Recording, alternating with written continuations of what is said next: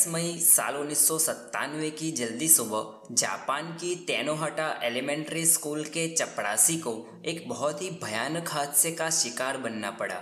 जैसे ही सुबह चपरासी स्कूल का गेट खोलने के लिए आया, स्कूल के मेन गेट पर एक छोटे से बच्चे का आरी से काटा हुआ सिर रखा हुआ था। कातिल ने उस बच्चे की दोनों आंखें निकाल दी थी। उसके मुंह वाले हिस्से को कानों तक काट दिया था। उस बच्चे का नाम था जून हासे और वो सिर्फ 11 साल का था। स्कूल के गेट के पास ही 2 मरी हुई बिल्लियां पड़ी थी। उस बच्चे के मुंह में कातिल ने एक चिट्ठी लिखकर रखी थी, जिसमें लिखा हुआ था, ये तो बस खेल की शुरुआत है। तुम पुलिस वाले मुझे रोक सको तो रोक लो। मैं बेसब्री से लोगों को मरते हुए देखना चाहता हूँ। मेरे लिए किसी की हत्या करना रोमांचक बात है। मेरे इतने सालों की कड़वाहट के बदले में फैसला करना जरूरी है। कत्ल के इस अंदाज और कातिल के हाथों लिखी हुई चिट्ठी ने पुलिस को ज़ोडियाक किलर की याद दिला दी, जिसने 1960 के दशक में अमेरिका में आतंक मचा रखा था। सबसे डरावनी बात यह थी कि ज़ोडियाक किलर कभी पकड़ा ही नहीं गया और ये शायद जापान के क्राइम हिस्ट्री के सबसे घिनौने चैप्टर की सिर्फ शुरुआत थी। कोबे, वैसे शांत सा रहने वाला जापान का एक छोटा सा शहर, अभी कुछ महीनों से अराजकता का शिकार बना हुआ था। इसी साल फरवरी महीने में 2 स्कूल गर्ल्स जब अपने स्कूल से वापस घर लौट रही थी, तब किसी अनजान शख्स ने उन दोनों लड़कियों पर पीछे से हथौड़े से वार किया था। हमला करने वाला किसी की नज़र में आए बिना ही हमला करने के बाद ओझल हो गया। हालांकि दोनों लड़कियां छोटे मोटे घाव के साथ जिंदा बच गई, पर यह कहानी अभी यहीं पर रुकने वाली नहीं थी। करीब एक ही महीने के बाद 16 मार्च को इस अनजान हमलावर ने एक ही दिन में 2 छोटी बच्चियों पर हमला किया। 10 साल की आयाका यामाशिता के सर पर हथौड़े से कई सारे घाव किए गए, जबकि 9 साल की कसुमी इशितावा को छुरी से पेट पर मारा गया। 10 साल की आयाका बच नहीं सकी। हमले के एक ही हफ्ते के बाद अस्पताल में उसने दम तोड़ दिया, जबकि 9 साल की कसुमी ना सिर्फ बच भी गई, पर उसने अपने हमलावर को अच्छे से देखा भी। पुलिस को और डिटेक्टिव्स को ये अंदाज़ा तो लग गया था कि कोई एक ही सनकी बंदा है जो इन सारे हमलों का जिम्मेदार है, क्योंकि एक सीरियल किलर की तरह ही इस हमलावर ने भी अपने हर शिकार के साथ अपनी एक पहचान छोड़ रखी थी। मरे हुए जानवरों के विकृत रूप से काटे हुए शव। अयाका यामाशिता की हत्या के बाद करीब 2 महीने तक कातिल शांत रहा। लोग भी शायद इन घटनाओं को भूल के अपनी रोजाना जिंदगी में मस्ती से जीने लग गए थे। 2 महीने बाद 24 मई को 11 साल का एक स्कूल स्टूडेंट जून हासे स्कूल से वापस लौटते हुए लापता हो गया। पुलिस को भी और लोगों को भी लगने लगा कि शायद वही सन की हमलावर जून हासे के लापता होने के पीछे जिम्मेदार होगा, और लोगों का शक सही भी था। जून हासे के लापता होने के 3 दिन बाद वही हुआ जिसके बारे में हमने वीडियो की शुरुआत में बात की थी। स्कूल के गेट से जून हासे का सिर मिलने के बाद उसी दिन शाम को पुलिस को जून हासे के शरीर का बचा हुआ हिस्सा एक पानी की टंकी के पास वाले घर से मिला। देखने से ही पता चल रहा था कि जून के सर को उसके धड़ वाले हिस्से से आरी से काटा गया था और फिर उसी आरी से उसके चेहरे को कुरेदा भी गया था। इस घटना के करीब 1 हफ्ते के बाद 6 जून को जापानी मीडिया को किलर के हाथों लिखा गया एक खत मिला, और इसी खत में किलर की घिनौनी दिमागी हालत की असली पहचान थी। एक चिट्ठी में 6 अक्षर का नाम लिखा हुआ था, सकाकीबारा सेटो, और यहीं से कातिल को नाम मिला, सकाकीबारा सेटो। इसी के साथ एक और 1400 शब्दों में लिखा गया एक खत था, जिसमें कुछ यूं लिखा था, अब ये खेल की शुरुआत है। मैं इस खेल के खातिर अपने जान की बाजी लगा रहा हूँ। अगर मैं पकड़ा गया तो मुझे यकीनन फांसी ही होगी। पुलिस को और ज़्यादा जुनून लगाने होगा मुझे पकड़ने में। मैं कत्ल करता हूँ तभी मुझे अपने अंदर भरी नफरत की आग से मुक्ति मिलती है। लोगों को दर्द देकर ही मेरा दर्द कम होता है। इतना ही नहीं, कातिल ने अपनी हरकतों का सारा दोष जापान की कंपलसरी एजुकेशन सिस्टम पर भी डालते हुए लिखा कि मेरे इन कारनामों का एक कारण जापान की कंपलसरी एजुकेशन सिस्टम भी है, जिसने मुझे अनजान और अकेला बना के रख दिया है। इन चिट्ठियों के सामने आने के बाद मीडिया ने हंगामा खड़ा कर दिया, पर मीडिया की ही बेदरकारी ने इस केस को और भी उलझा कर रख दिया। जापान की टेलीविज़न मीडिया ने रिपोर्टिंग करते हुए कातिल का नाम गलत लिखा, जिससे कातिल और ज़्यादा भड़क गया। उसने मीडिया के नाम एक और चिट्ठी लिखी, जिसमें उसने धमकी दी कि आगे से अगर आप लोगों ने मेरा नाम गलत लिया या मेरा मूड खराब किया तो मैं हर हफ्ते 3 सब्जियों को मार दूंगा। अगर आप ये सोच रहे हैं कि मैं सिर्फ छोटे बच्चों को मार सकता हूँ तो यकीन मानिए आप बहुत गलतफहमी में जी रहे हैं। जून हासे के कत्ल और उसके बाद लगातार मिल रही धमकियों से पूरे जापान में हंगामा खड़ा हो गया। लोगों में अलग ही किस्म का खौफ फैलने लगा। माँ बाप अपने बच्चों के साथ स्कूल आने और जाने लगे। प्रशासन की ओर से कातिल को पकड़ने के लिए 500 से ज़्यादा पुलिस वालों की टीम बनाई गई।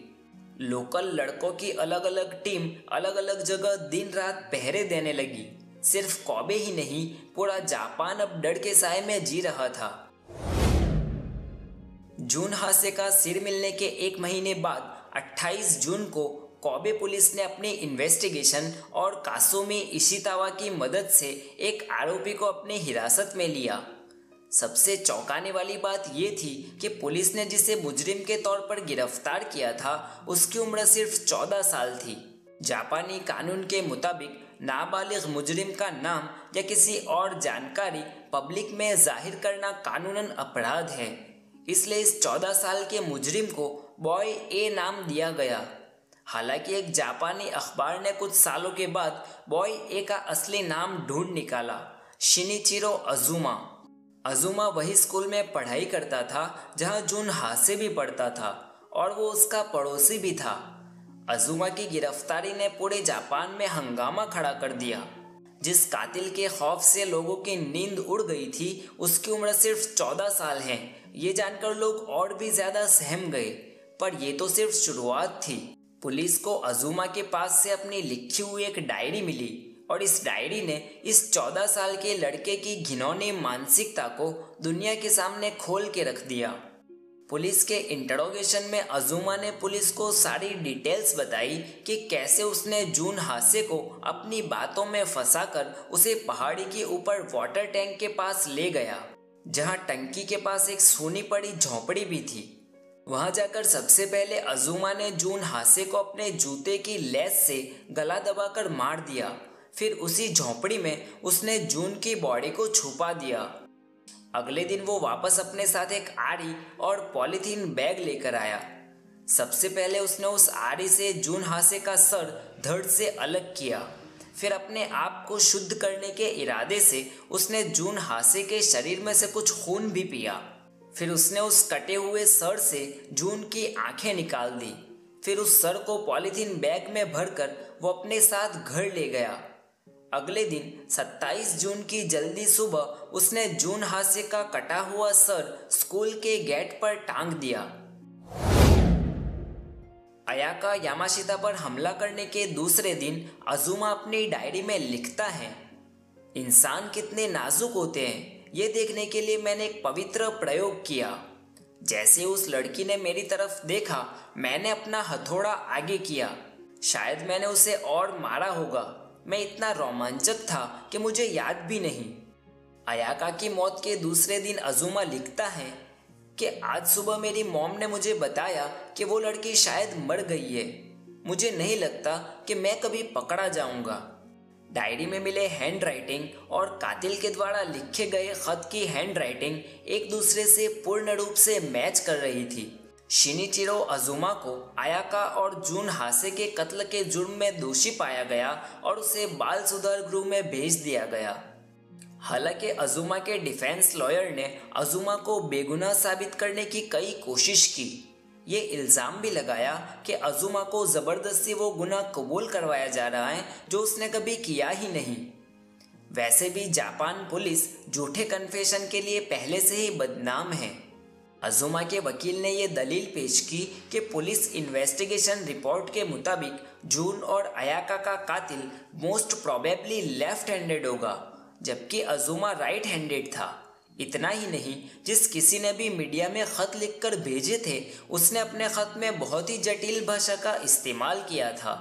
यानी जिसने भी वो खत लिखे थे वो सही से पढ़ा लिखा और इंटेलिजेंट बंदा था, जबकि अजुमा खुद अपनी पढ़ाई में सी ग्रेड स्टूडेंट था। अजुमा के वकील के द्वारा दी गई इन दलीलों को सुनने के बाद अजुमा की मां खुद अपने बेटे से मिलने बाल सुधार गृह में गई और उससे सच्चाई जानने की कोशिश की। अजुमा ने अपनी मां के सामने अपने जुर्म का इकरार किया और दोनों कत्ल खुद से ही करने की बात को कबूल किया। 21 मार्च साल 2004 में अपनी गिरफ्तारी के 7 साल बाद 21 साल के अजुमा को जेल से आज़ाद कर दिया गया। अपनी रिहाई के करीब 10 साल बाद साल 2015 में अजुमा ने ज़ेका नाम से एक किताब लिखी। अपनी किताब में अजुमा ने अपने काले करतूतों के बारे में काफ़ी डिटेल में लिखा। जून हासे के कत्ल के बारे में बयान करते हुए अजुमा अपनी किताब में लिखता है कि जून हासे के सिर को स्कूल के गेट से टांगने से पहले वो उस कटे हुए सर को लेकर बाथरूम में गया और उसके साथ गंदा काम तक किया। जून हासे और अयाका के परिवार वालों के लिए इतना जुल्म कम था तो अजुमा ने खुद एक खत के साथ अपनी किताब की एक एक कॉपी उनके घर तक भेजी। अजुमा की किताब पब्लिश होने के कुछ ही समय में जापान की नंबर 1 बेस्ट सेलर किताब बनी, जिससे अजुमा ने लाखों रुपये भी कमाए। जब लोगों में आक्रोश फूट पड़ा तब जाकर जापानी सरकार ने अजुमा की किताब पर पाबंदी लगा दी। इसके तुरंत बाद अजुमा ने अपनी खुद की वेबसाइट बनाई जो कि काफ़ी क्रीपी थी। इस साइट के गैलरी सेक्शन में अजुमा ने खुद की फोटोशॉप की हुई अजीब किस्म की फ़ोटोज़ अपलोड कर रखी थी, जिसमें से कुछ फ़ोटोज़ ऐसी भी हैं जिसे यहाँ मैं दिखा भी नहीं सकता। अजुमा की साइट को भी कुछ समय के बाद बंद कर दिया गया।